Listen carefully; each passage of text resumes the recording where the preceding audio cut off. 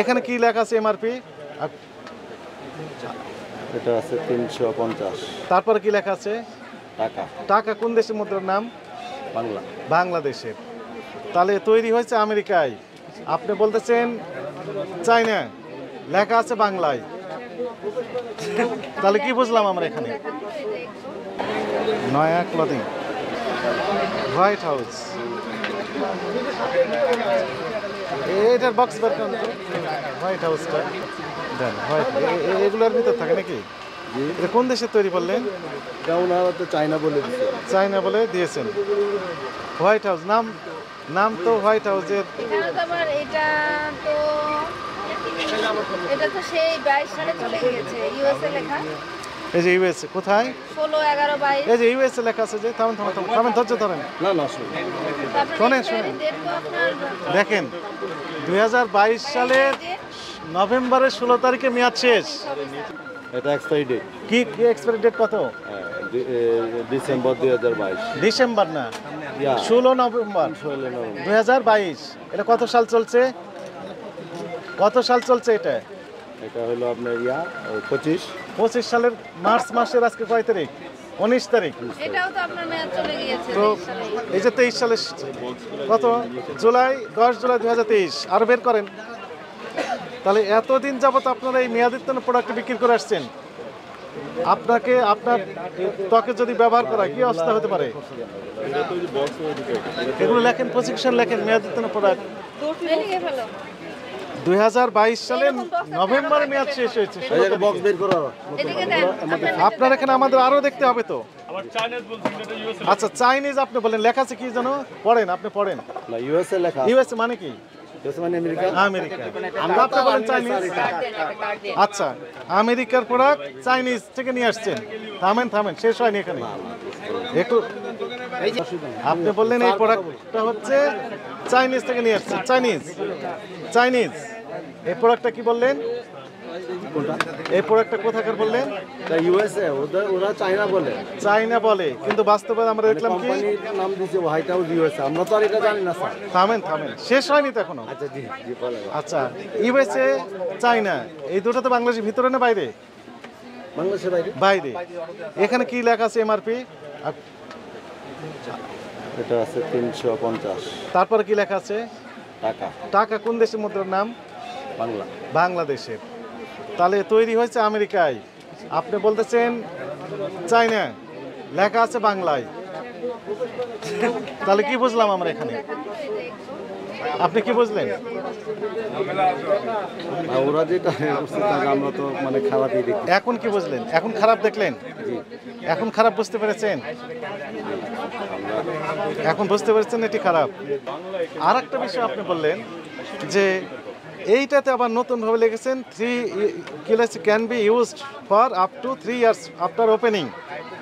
Opening থেকে 3 years, এটা কোন বেসিসে লিখলেন আপনারা? আমরা তো লিখি না। কে লিখেছে তাহলে? কোম্পানি লিখছে। কোন কোম্পানি লিখেছে? White house company. একটু দয়া করে ক্যাশ মেমো দেখান। জি। হোয়াইট হাউস কোম্পানির তথ্য দেন, যে আমাদের সহযোগিতা করেন। জি স্যার।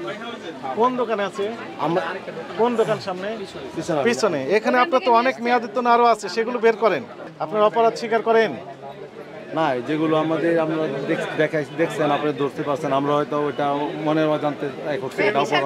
মানে কি কি অপরাধ করছেন আপনি? এই যে একটা ডেটা দেখলেন, ওটা তো আমরা দেখলাম যে কি অপরাধ স্পষ্ট করে বলেন। ডেটা একটা এক্সপায়ারি 22 সালে মেয়াদ শেষ হয়েছে, তারপর 23 সালে হয়েছে, এটা একটা অপরাধ। মেয়াদোত্তীর্ণ কসমেটিক্স একটা অপরাধ দেখছেন। আচ্ছা তারপরে আর আর কি অপরাধ? আর ওই যে বিলের জন্য যে আপনি বললেন যে হোয়াইট হাউসের যে যারা ইনপুট করে তাদের তো আর আমরা হোয়াইট হাউস ইউএসএ কোম্পানি, কিন্তু চায়না থেকে আসছে, কিন্তু লেখা আছে বাংলায়। লেখা বাংলা, যে স্টিকার ইংলিশে, মানে এমআরপি টাকা বসাই এগুলো আছে। তার মানে এগুলো বোঝা যাচ্ছে নিশ্চয়ই কোনো ঝামেলা আছে। আপনি বুঝতে পেরেছেন? বুঝতে পেরেছেন? আমরা তো স্যার ইনপুট করি না স্যার। ওনারা যারা আগে মিসের যে নেল পালিশটা যেটা আপনার দায়িত্ব আছে না? আমরা তো আমার দেখেন আমার দেখে দিয়েছি।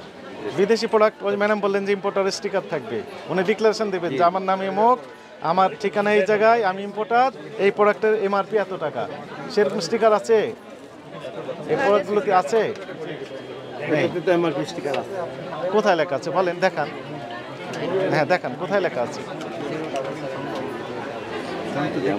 ভিতরে লিখে দিয়েছেন, ভিতরে লিখে দিয়েছেন।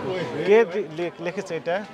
কোম্পানি লিখেছে। কোন কোম্পানি, নাম কি, হোয়াইট হাউস, ঠিকানা কোথায় ঠিকানা চক লেখা আছে এগুলো? প্রোডাক্টের গায়ে ঠিকানা লেখা নেই। উনি ইম্পোর্টার ডিক্লারেশন দিয়েছেন, উনি ইম্পোর্টার, লিখে দিয়েছেন ইম্পোর্টার উনি, লিখে দেয় নাই। তাহলে তার মানে নিজেরাই তৈরি করেছেন। চকবাজারে একটা জায়গার নাম দিয়েছেন হোয়াইট হাউস। আপনাকে ইম্পোর্টার এটা কাগজ। হ্যাঁ হ্যাঁ এটি দেখবেন, ঠিক আছে। দুইটা নির্দেশনা, একটা হচ্ছে জরিমানা হচ্ছে আপনার সতর্কতামূলকভাবে 60,000 টাকা,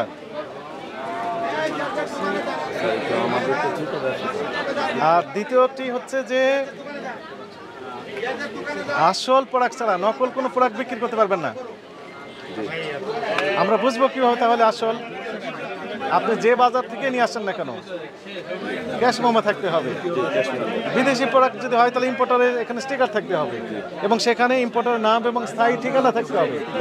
শুধু হোয়াইট হাউস লিখলে হবে না। হোয়াইট হাউস কোথাকার? হোয়াইট হাউস আমরা জানি যে আমেরিকার প্রেসিডেন্টের বাসভবনের নাম হচ্ছে হোয়াইট হাউস, কিন্তু এখানে যদি চকবাজারে হোয়াইট হাউস থাকে তাহলে লিখে দিতে হবে চকবাজার, কত নম্বর দোকান, তার হোল্ডিং নাম্বার কত, 80 টাওয়ারে 8টা। স্পষ্ট লিখে দিতে হবে না? লিখেছে? না, উনি লেখেন কোনো কিছু লেখে নাই। উনি ইম্পোর্টার, উনি ডিক্লারেশন দিচ্ছেন না, এগুলো দিতে হবে। এগুলো না দিলে এটি অপরাধ। আর এইগুলো যদি না থাকে তাহলে আপনি একটাও বিক্রি করতে পারবেন না। আমি এগুলো কাগজ এগুলো সব সরান, এগুলো সব ভেজাল সরান, এগুলোর তো একটারও মেয়াদ নাই। এক্ষুনি সরান। কি করে বুঝছেন এটা মেয়াদ আছে কিনা? এটারও তো ঘটনাটার মতো। আমি ওনার কাগজপত্র নিয়ে আসবো, আর ওনার যেগুলো কাগজ এখনই দিবেন, কাগজ এখনই দিবেন, এক্ষুনি এগুলো এক বস্তা নিয়ে আসেন, এগুলো সব ফেলে দেবো আমরা।